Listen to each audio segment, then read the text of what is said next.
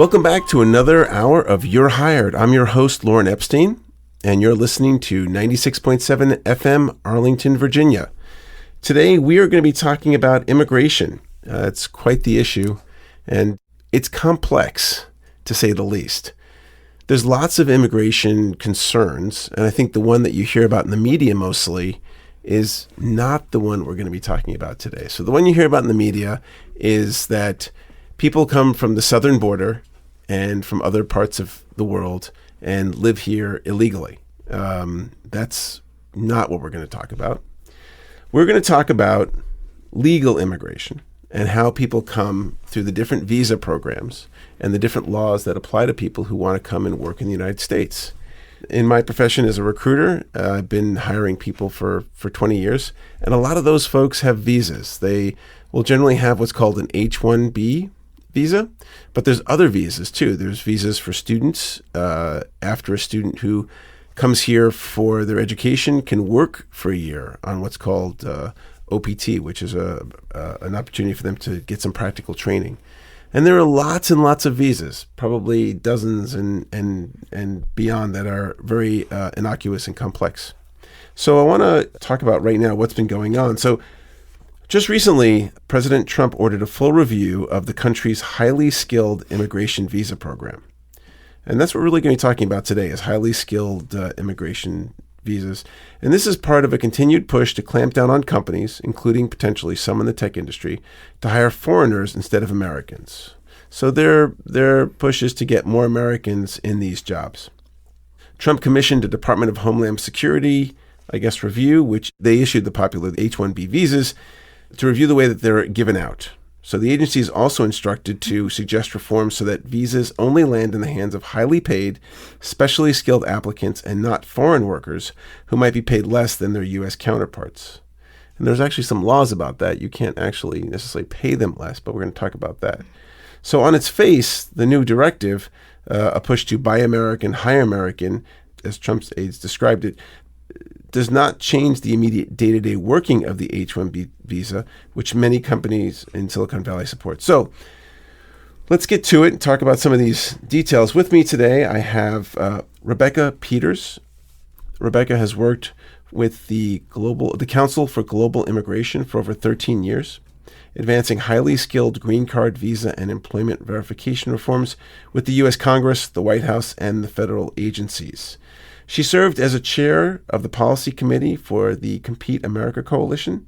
She's a leading advocate for reforming U.S. immigration policy for highly educated professionals. She serves to educate and advance immigration system efficiencies across borders and to ensure employer immigration compliance. Rebecca, welcome to the show. Thanks for having me, Lauren, and thanks for inviting the Council for Global Immigration onto the show. You're quite welcome. And then also on the phone, we have Dawn Lurie. Dawn is a senior counsel for the Immigration Practice Group at, I know I'm going to say this wrong. Is it Seyfarth Shaw? Seyfarth Shaw, yep. Seyfarth Shaw, LLP, Washington, here in the Washington, D.C. office. Dawn advises on corporate immigration issues involving the recruitment, hiring, transfer, and retention of personnel worldwide. She's a recognized leader in the legal community as forward-thinking on immigration policy, compliance authority, and EB5 investment. I've never heard of EB5 investment strategy, so we'll talk about that. She has more than 25 years of experience providing assistance with global and U.S. immigration practices. Welcome to the show, Dawn. Thank you so much for having me. Sure. And also on the phone, I've got a gentleman who is a Mexican citizen, but he works in the United States on what's called an L2 visa. Juan Vargas, welcome to the show, Juan. Thank you so much for inviting me, Lauren. Thank you. Juan's wife is here on what's called an L1 visa, which is what gave him the ability to get an L2, and we'll talk about that a little bit later. So why don't we start off with you, Rebecca? There's a lot going on in this space. What's the history of immigration in the United States, around people coming to work? Sure, Lauren. So I think what's interesting that a lot of people don't maybe know about our employment-based immigration system, our high-skilled system, is it's a system that's been reformed over many decades. And the system we have today the system we know today, was reformed over 25 years ago and has really only been reformed maybe under a handful of times since that point in time. So we're long overdue for reform in our high-skilled immigration system. But as you pointed out, Lauren, at the beginning of the show, and as I know you know well, doing talent acquisition yourself, this area of law is very complex, and it is an area of law where we have a number of different entities influencing the law, whether it be laws passed by Congress, regulations, policies and guidance in rulemaking at the agencies, and court decisions. So immigration is often in the high-skilled realm compared to the tax code because it is so complex. And employers actually work very hard to comply with our immigration laws, so much so that they often have to hire outside counsel, probably like Don and others, or use their inside counsel to ensure that they are complying with the complexities of our laws today. So I'm an immigrant.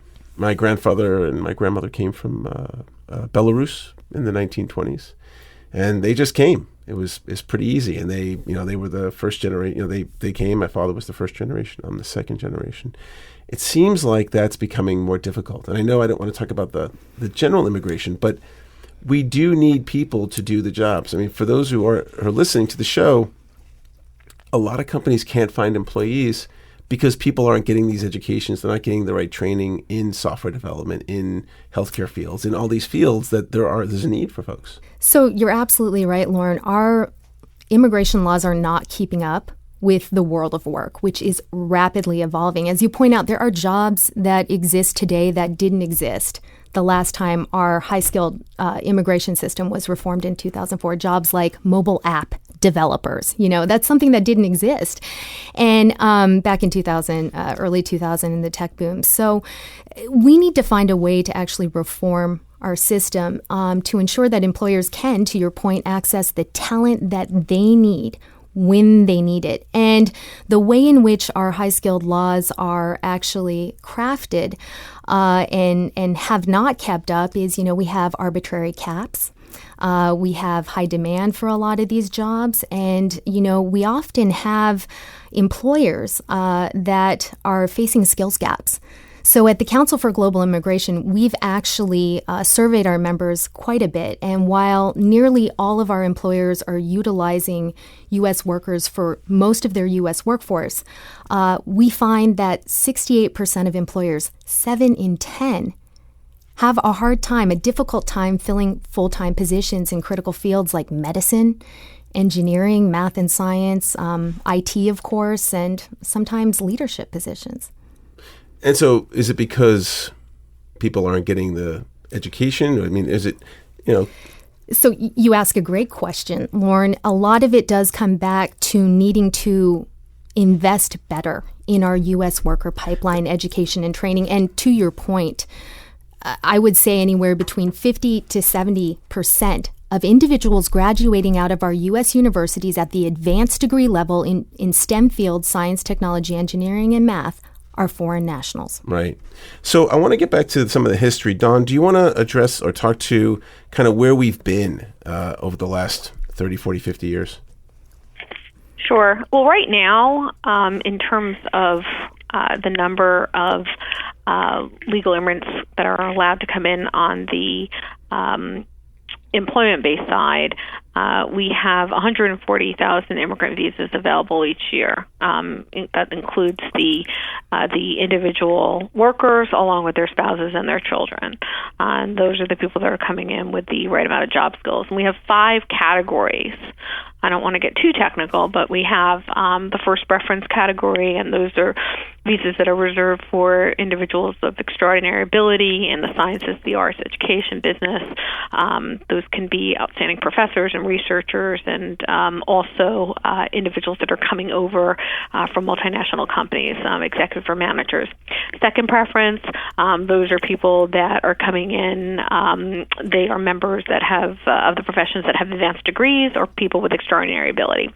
Then we have the core third preference, which are skilled workers and regular professionals. Those are people that have 4-year degrees.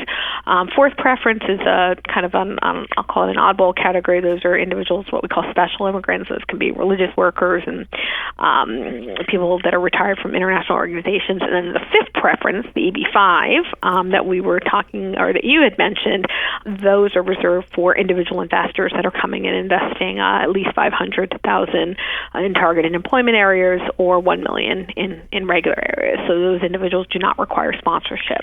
So that's kind of the core. If somebody comes to the country and has $1 million and they want to invest in a business, they can get a visa. Well, they have to create jobs, right? Yeah. Because it's a job creating program. Right. So they certainly can open up a business and create 10 jobs outside of the jobs that they're creating for themselves and their family. Mm-hmm. They also can invest in pooled investments through what we call regional centers.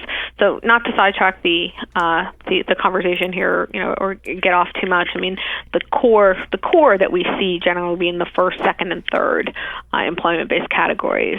We have seen an expansion over the years of the ability for foreign students to come in and then to be able to have their optional practical training after they go through our universities and get 4-year advanced degrees. They'll come here. They can get, they have a 1 year of these work authorizations, and then either the companies can sponsor them, or they'll need to go home if there are not enough visas. We have seen an expansion of that program under the prior administration, where those individuals that were working in the STEM area, they were allowed to stay longer than the 1 year, and their work authorizations were expanded. So, again, as was said earlier, the immigration laws have changed over the years, and now what we have is an administration that is looking to, I think what President Trump says is, to return the immigration numbers to historical norms. I'm not really sure what that means, but that's what they're looking to do. And I've read proposals that would slash legal immigration by 51%.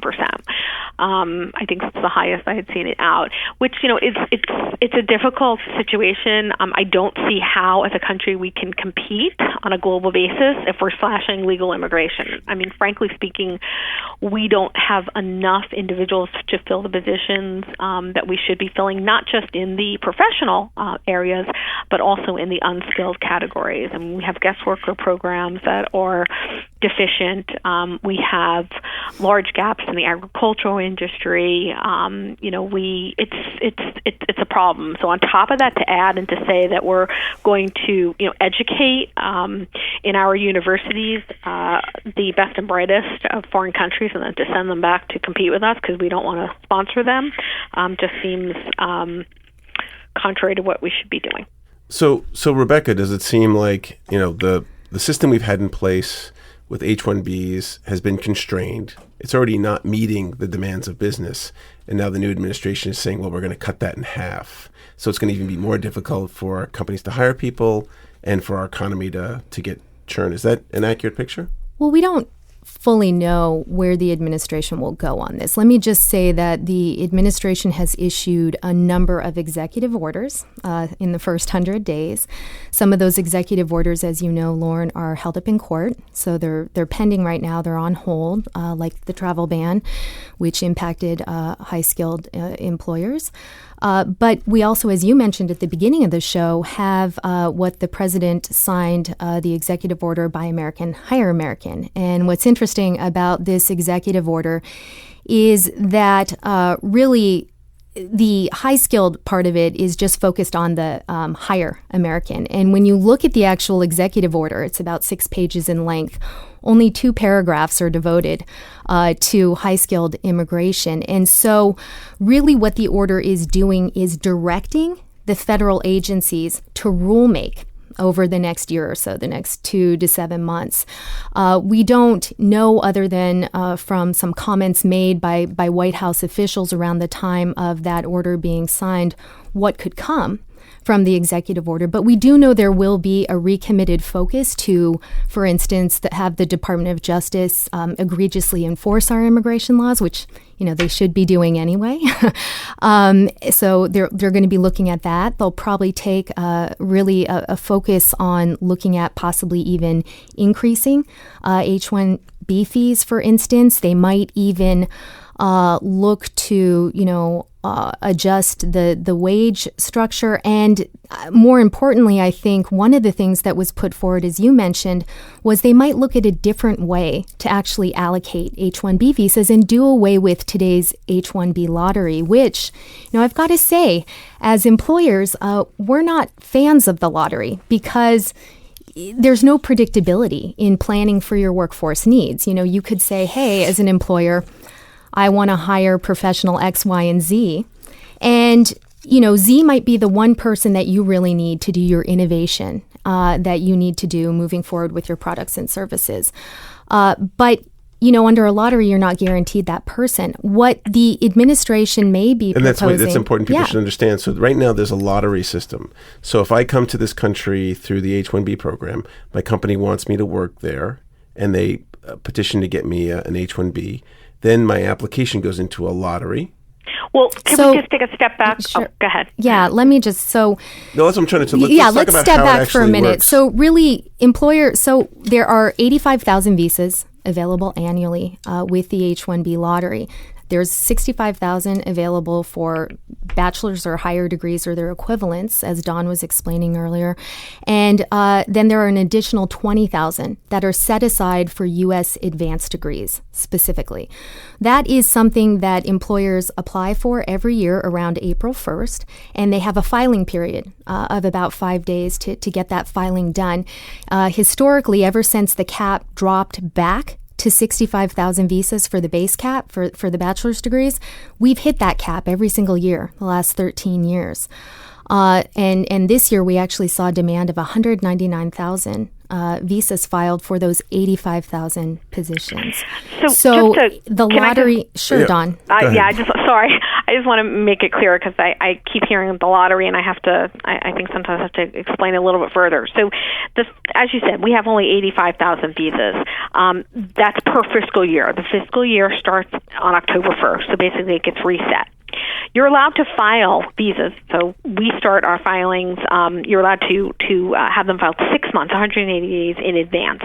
So the cap for the October 1st visa dates, that opens up on April 1st. This year it was on a Saturday, so it was the Monday after. And normally, in years and years ago, you had the full year to fill whatever the cap was, whether it was 65,000 plus the 20, and you would go until that cap was reached.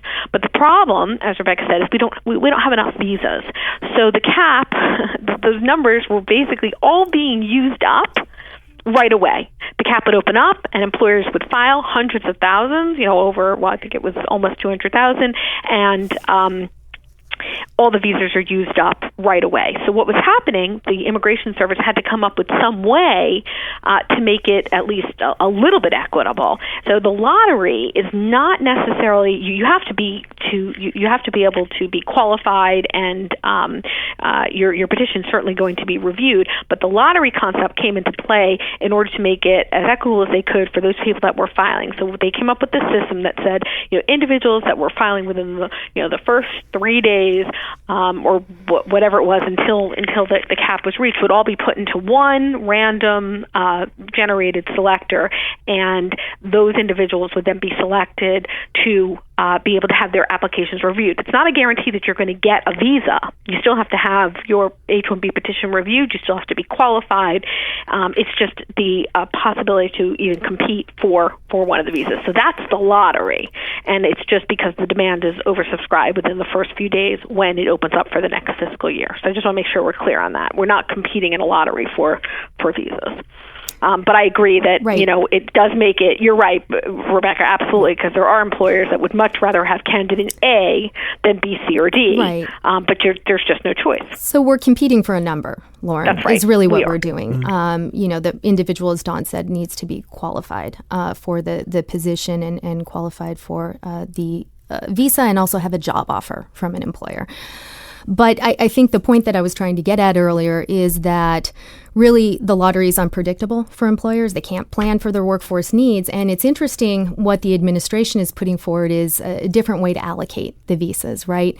Potentially to the highest skilled, the highest educated, or those that are highest paid. And I think, as employers, we're working in a bipartisan way, both with Congress and in discussions. And I do think there is an interest to actually have a system that is more predictable. And employers actually, I do think, want to be looking toward, the highest educated and the highest skilled. And if they could, for instance, know in next year's lottery that, as Dawn explained very well, if they could know that, hey, I need to hire this U.S. STEM advanced degree, and I know I'm in the first cut of visas that are going to be awarded. Hey, that's a great system to be in because they can actually start to plan out who they need, when and where they need them. I think they would probably prefer, working in corporations that have gotten H-1Bs just to get as many as you need when you need them. Well, I think that's definitely as you need them. Part of it, Lauren. I think that's definitely part of it. But as you know, as we work with Congress, we need to work on bipartisan solutions. And there are a lot of different parties coming to the table working on reform. And while, you say exactly what we would ultimately love to have happen, we'd love to have, for instance, either exemptions from the cap for these U.S. STEM advanced degree workers, or have more numbers, or over the years we've seen proposals that look to have market escalators that are responsive to demand that go up and down depending on the demand that we experience each year. Another way to go along with that is to have a prioritization. I want to bring Juan into the conversation. So on the phone we have Juan Vargas, and Juan works as a sales manager for a company here in the United States that sells ethnic food. Juan, are you on the phone? Yes, Lauren. Right here. Thank you. Thanks for being on the show. So what visa do you have right now, and what does that allow you to do? I'm under an L2 visa. That means that my wife is an L1 visa. These kind of visas are given to a company transferee. My wife went into an assessment. This company has operations in the United States and Mexico. Then in Mexico, they made an assessment, and she was one of the best managers, so she got a position here in the United States. So she was transferred from Mexico to the United States. Her visa was sponsored by her company, of course. Now, I am an L2 visa. That means I'm a spouse of an L1, as I said.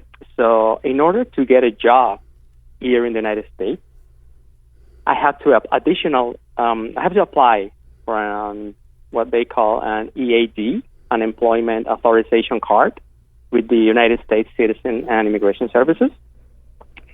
And after that, if I get the employment authorization, I can look up for a job. So that's what I did. So right now, I've been... sorry, go ahead. It took you about a month or so? Pardon? It took you how many months? Well, the whole process takes about 2 months. I have to gather all my documents, my I-94 form, and my visa, and some other documents, my marriage certificate, which has to be translated, and then with a certificate of accuracy. And then after I gather all these documents, I send them to the United States Citizen and Immigration Services, and they review all my documents, and if everything is in order, they will give me the authorization for employment. The whole process takes about 2 months. I think, Lauren, you could generally say that EADs are taking generally 90 days, if not longer. So I think you must have been very lucky to have a process, 90 days in processing at least. So for those listening, an L1 visa is like a transfer visa. So someone's working for IBM, and IBM has offices all around the world. They can bring someone who's a citizen of another country into the United States to work here under an L1. but they could not leave that company and take that L1 and go to another company. And in fact, that's exactly. And there's actually been a lot of, and maybe maybe Dawn, you can talk about some of the concerns around L1 visas, because there's been a bit of a clampdown on people coming in, and Sure. And then we can hear from Rebecca on that. Yeah, sure. So first, I'll say that there's also there's a possibility that individuals that are in one situation could lose their work authorization under this administration. There has been discussion that they may take what we're calling the H4 or the L2 employment authorization away, especially under that H4 category. I don't know where that will go, but we'll have to watch that closely, because that is going to be a problem. It's very hard to be able, you're taking a job, you're being transferred from one company to the next, and your spouse has to leave whatever employment they're at. So this was meant to be able to allow them to come here and to work alongside. So we're going to watch that. But on the L's, you're right. There definitely has been scrutiny. The L1, along with the H1B, Senator Grassley, in particular, has been concerned about misuse and visa abuse within these categories, especially for some of the large companies that are bringing individuals over from various companies overseas, transferring them to branch offices in the context of an L here, or affiliated companies, and then having them perhaps go on to job sites of other U.S. companies. I would say most of the time, there is no visa abuse. There is no misuse of the visa. These are legitimate uses. Unfortunately, they're probably, as in everything else, a couple of bad apples that have made this visa category a target for congressional review. And as a result, we are seeing legislation that is targeting this. So it's really just a matter of making sure that things are cleaned up. And I think the industry as a whole, all the stakeholders agree that it's fine to root out the problems, as long as it's not at the expense of those companies that are legitimately using the visas, which again is the majority of companies. So it's something we're going to have to keep an eye on. So I have a question about Juan's L2. So for an H-1B, you have to kind of have a justification that I cannot find anyone, or I've done my due diligence to find someone who can fill this position. Well, no, that's actually not for an H-1B, right? So they're professional. That's you're talking about labor certification. That's where you're testing the labor market. We test the labor market in the context of an H, where we have what we call an H-1B, when we have dependent employers, or employers are using a large number of. But generally, you don't have to test the labor market in an H. It's for professional, specialty positions, individuals coming over. But does an L1 Lauren, need that can protection? I interject here for sure. a minute, though? Our H-1B laws do protect U.S. workers in a sense Absolutely. that they have to file a labor condition application. They have to show that they're paying the higher of the actual or prevailing wage for these workers. I just want to point out, too, Lauren, that, at the Council for Global Immigration, we actually advocated very hard for the L2 work authorization back in 2002 that Juan has today. And I just want to make a point that these visas are very important because they're what we call dual career. So it's a couple usually coming over to the United States. And over, 50% of employers actually, when surveyed by an organization we worked with overseas, the Permits Foundation, when we were advocating for this back in the early 2000s, say that over 50% of employers say that, if a country doesn't allow for the spouse to work, they don't get those assignees. So, this is important to actually making sure that we get the principal worker here as well as the employer sponsor to, help grow and innovate and compete in the economy as well. And I just want to point that out. To Dawn's point earlier, we do have some of these programs, I think, potentially under threat by the administration. And the H4 was actually, which allows for spouse work authorization for those who are waiting in our green card lines over 6 years to actually get work authorization. That was challenged in court. And while Don pointed out, we don't know exactly what the administration is going to do, We do have the case pending because the department has asked to go back and look at this. So it's very possible we could see a new rulemaking on the H-4, in the coming years. The L-2 is also something that, we have to be watching out for because it also, at some point could be under attack as well in Congress. So when someone's here on an H-1, well. so when someone's here on an H-1B visa, their spouse can be here as well on an H-4 or an H-2? So they can be here on an H-4. An H-4. Yes. And then they're on but that they can for- only work in certain situations, as I mentioned. Sure. If they're Very waiting in the limited. green card backlog lines, which is a whole other topic Right, we and can that's get what, into. so just people know is that after an H-1, the progression would either be you leave the country or you get your green card, your employer sponsors your green card, and then after some period of years, you get your green card, and then later on you could become a citizen. That would be that is one path, or you could change status. I'm sure, as Don could explain very well to us, to a different non-immigrant category. And, non-immigrant category, as you pointed out earlier, is really the alphabet soup we have of, probably over 20 different visas, H-1Bs, L-1s, J-1 visas, all of these different types of alphabet soup visas where the person who is coming intends to stay only temporarily, as opposed to a legal permanent resident, a green card holder under our employment-based system that also has to be sponsored by an employer, but someone that intends to stay permanently. Dawn, how do you think the current visa process has affected business overall? Is it a positive, a negative, a neutral? Oh, I think it's critical. I think we absolutely need to have the visas that we have available. I think we are limited. And first of all, I apologize for muddying the waters with the H-4. Probably should have stuck to the L's and the E work No, that's all right. authorization. That's good. People want to know. But no, I look, as Rebecca said, having these visas, having spouses be able to work so that we can bring over executives from multinational companies. Also, these visas are available, the work authorizations, I don't think we mentioned, but they're available to treaty trader and treaty investor individuals that are coming here and investing in the United States, and to their spouses. So again, they may not come here if they were not able to have their spouses, or maybe their spouses would not allow them to come here if they weren't able to work. They're not going to sit at home. I think that again, in order to compete globally, it is critical that we review our system and that we allow for additional visas where we need them. It's very easy to sit back and to say, well, we're going to close our doors. We're going to look at different types of merit-based systems. We can look at. There's many ways that we may be able to rework things, but cutting numbers and excluding individuals, especially those that are educated here in the United States, I think is going to be problematic. So for employers right now, it's already a complex system. There's a lot of checks, a lot of balances.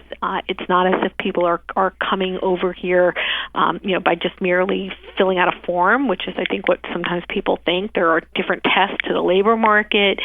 There's a lot of safeguards in place, and there's a lot of review of the actual applications, both here as well as overseas. And those reviews also include security checks and reviews of not only the individuals but of the companies. So I just think it's already a complex system. We just need to have additional visa numbers in the categories that warrant them. So I want to bring Rebecca in just one second, but I have one question about the security. I know that's really in the news right now. People are so concerned about immigration and security. What is the security test for folks coming in on an H-1B or an L-1, L-2? Do we know? Anybody? Oh, I thought you were asking Don. Either one of you can jump in.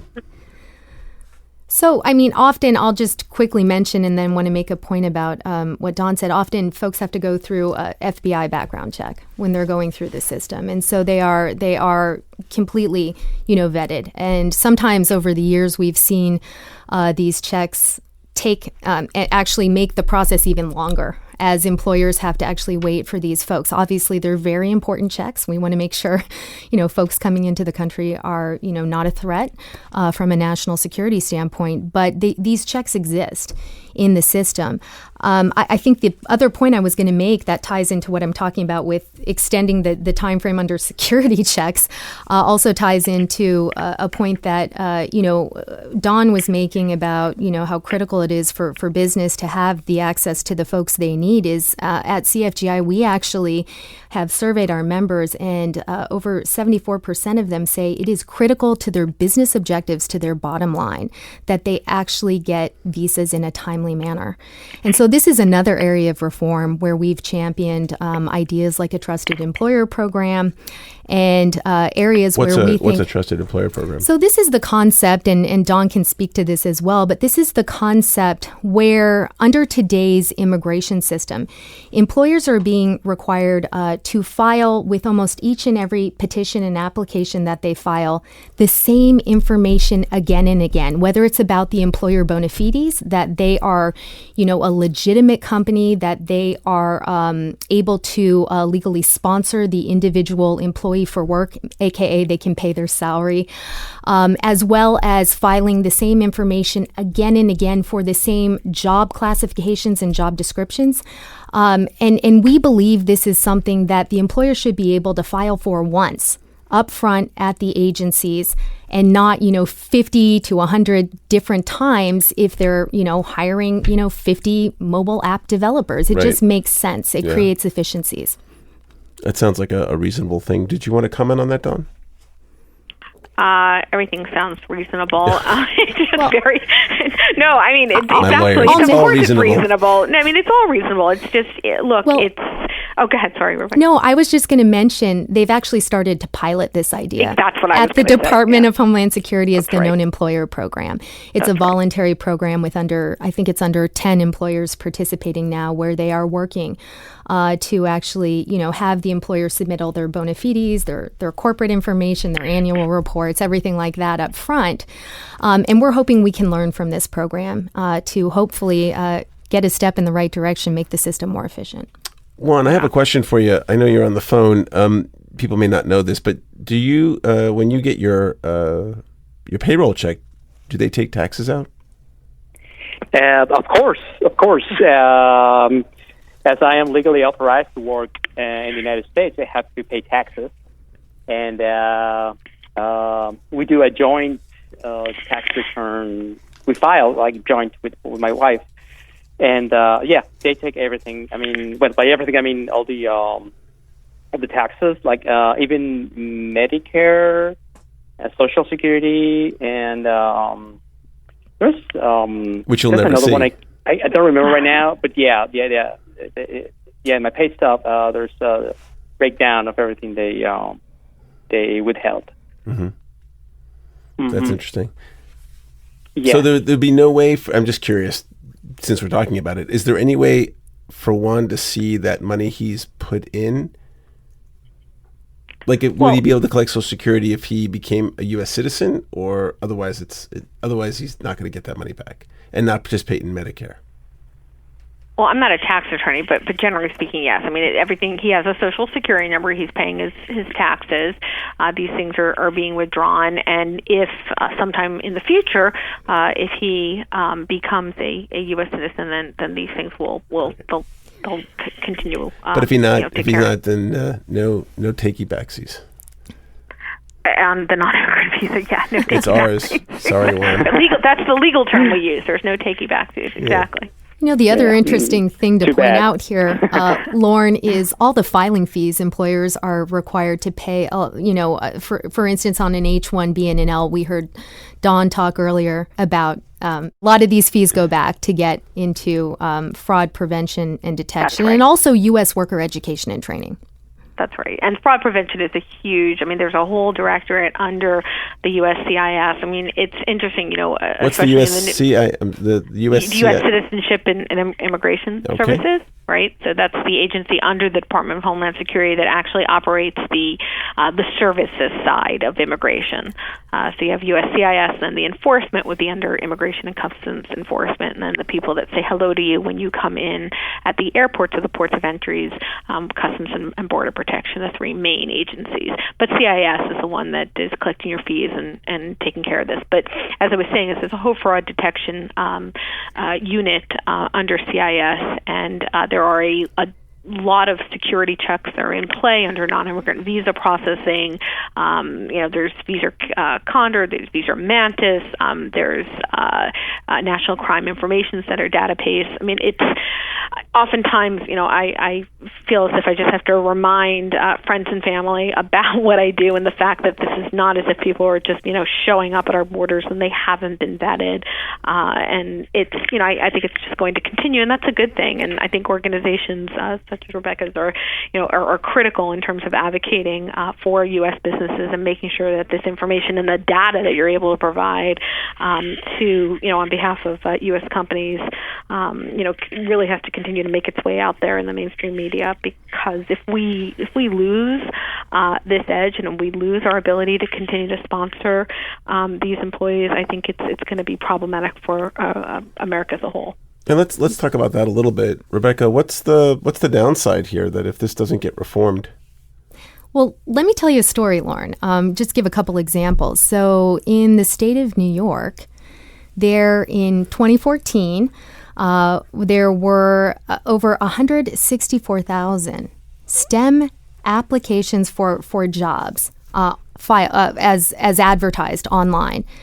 Only around 14,000 or so unemployed STEM workers. That is a ratio of 11 to about 1 of open jobs to available workers that are unemployed. That's what's going to happen. That's just one example. That's one state. I can give you similar statistics in many other states. We have similar statistics in Ohio. But the point is, we have a lot of open jobs in these STEM fields that are not getting filled. And the demographics that we face on the immigration side with the baby boomers aging, we need an influx of workers until we get to a point in time where we do have that pipeline of U.S. workers trained and educated in these fields. Right, which isn't looking good. I mean, the census data is saying that we're now having less than 2 babies. Each woman is having less than 2 babies, like 1.86. And that's a negative net decline in our population. Well, so I want to we're going to running out of time, but I wanted to hear, Juan, did you want to share anything about how the process has been and how you feel about being an immigrant worker? Yeah, I mean, it's been quite an experience, and what Don and Rebecca were saying is really true. I mean, I've been working 4 years now in the United States in the grocery business, in the Hispanic market specifically, and a lot of companies, not only Hispanic companies, but American companies and Korean companies and African companies are adapting to the change of the market. I mean, Hispanic population is growing rapidly, and so these new consumers, these new generations. I mean, I'm from Mexico, and I'm 34 years old, and so that means I've lived in Mexico 30 years. And when I talk to Mexican Americans, I mean, like young kids, 10 years old, 13 years old, they are Americans, and they are looking for different products. I mean, they are proud of their heritage, but the market is evolving. Same thing with Korean consumers. So I think companies are needing that. And in my case, that's what my current company hired me, because I'm from Mexico. I understand the Hispanic market, the Hispanic consumer, and so I was in this assessment with almost 10 other people, and I was the lucky one, so to speak. But they are trying to get people who knows the market, who understands the need of the Hispanic consumer, the Korean consumer, and so on. For me, it was a personal experience because I worked in Mexico. I was the sales manager for a beer company, a huge multinational beer company. And it was a process to adapt to the legislation and even the hiring process. It's a lot different in Mexico, in Europe, and in the United States. So I had to rewrite my resume. And if, for instance, in Mexico, you have to put a picture of you in your resume. And here in the United States, you can't do that. So, things like that. It's been a whole process. I've been learning about the culture and about the market, which is a lot different. It's a very fast-paced, but at the same time, if you look at the Hispanic companies, smaller companies like regional companies, they work differently. Sometimes they don't have processes, but some others are like very well advanced, and they take orders with their smartphones and everything. So it's like it's kind of hard to read the market as a whole from my point of view. But I think that definitely skilled workers and multicultural workers are needed. That's what I can see, and I can see that in the market. From the grocery point of view. That's great. So it sounds like there's a bit of transfer of ideas. You're bringing some things that work from Mexico, and if you go back to Mexico, you'll take some of the stuff that worked here and bring that back with you. Yes. And so, Dawn, what do your clients want? What would be the penultimate ask?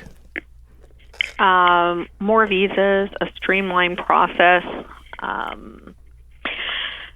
the ability to apply on an ongoing basis, in terms of the H-1B, where we would not have to just be all rushing for the cap. Can you imagine we're in a situation where we need to hire somebody 6 months into the fiscal year, and we say, well, yeah, come back to us. They're not going to be able to start until next October. That's what we're telling people, and then we say, oh, and by the way, that's only if they even win a shot in the lottery. Right. So it's very hard to operate these businesses like this. I think we'd also want to see premium processing in, first we'd like it back in the categories that they took it away from. And so premium processing is you pay extra and you get it done quicker. That's right. You pay extra and you get it done quicker. It's a 15-day turnaround for an adjudication, not necessarily that could mean just a review, an initial review. It doesn't mean an approval or denial. But how many more visas would you want to get? I'll leave that to Rebecca. I'm sure she has statistics on what would be reasonable. I think 200,000? Probably an adjustment on from a market standpoint. I'm sorry. I was just saying, you said 190 some odd thousand people applied. Should we get 198,000 visas for folks?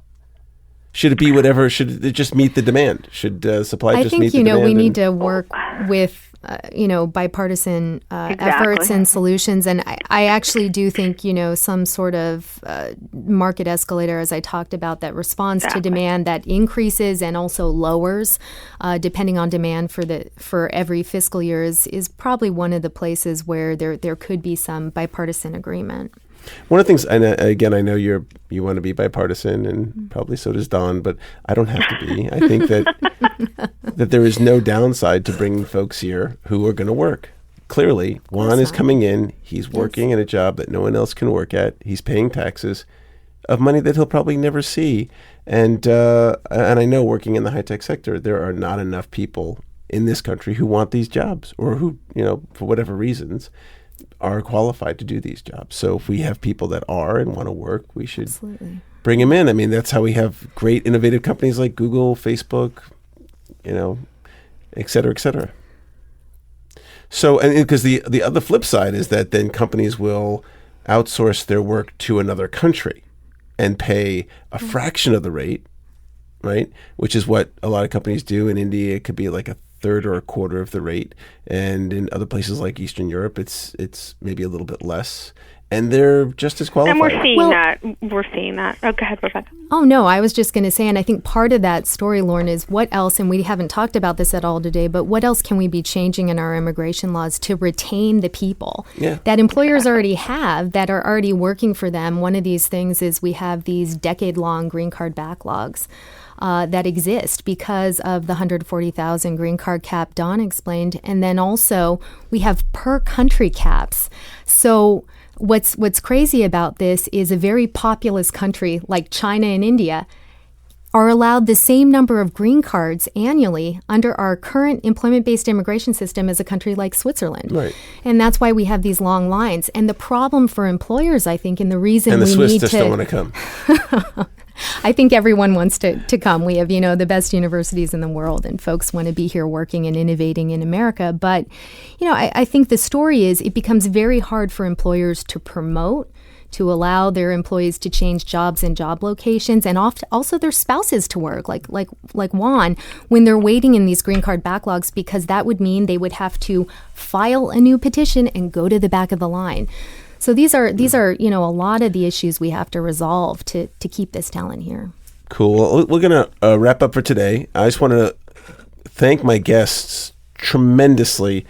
Rebecca, Don, Juan, thank you so much for participating. I know this is a very complex issue, and we really kind of scratched the surface. I hope if you're listening to the show that you got a little bit of knowledge to start doing a little more homework and learn how these issues affect the company that you work for. Rebecca, how can folks reach you if they'd like to? Oh, well, they can go online to cfgi.org, and they can find my information there and reach out to me. So I got this great handout called Immigration 101 from the Council for Global Immigration. It's like a 15 or 20 page book. It's really amazing, chock full of statistics. If you own a business or want to find out more about immigration, I'd recommend you get that. And Dawn, how can folks reach out to you? Same thing. You can go online. I am at Seyfarth Shaw, www.seyfarth.com. And do you have a Twitter handle? I do, Dawn Lurie. Very easy. Awesome. And Juan, can folks reach out to you if you'd like? Of course, you can just send me an email to Vargas, that's Vargas, Vargas _manager @hotmail.com. Awesome. And you've been listening to You're Hired. I'm your host, Lauren Epstein. We're playing here on 96.7 Arlington, Virginia. Thanks very much, and we look forward to seeing you next week on another edition of You're Hired.